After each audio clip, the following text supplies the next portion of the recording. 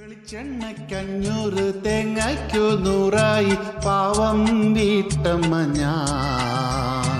പപ്പടം ഞാനിന്നു കാച്ചിയില്ല, സാമ്പാറിൽ കടുകു വറുത്തതില്ല.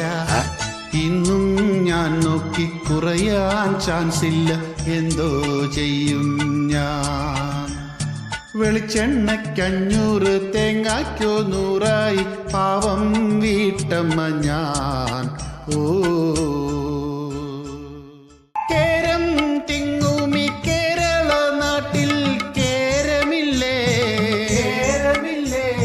കേരളത്തിനെ ആ പേരു വിളിക്കാൻ നാണമില്ലേ.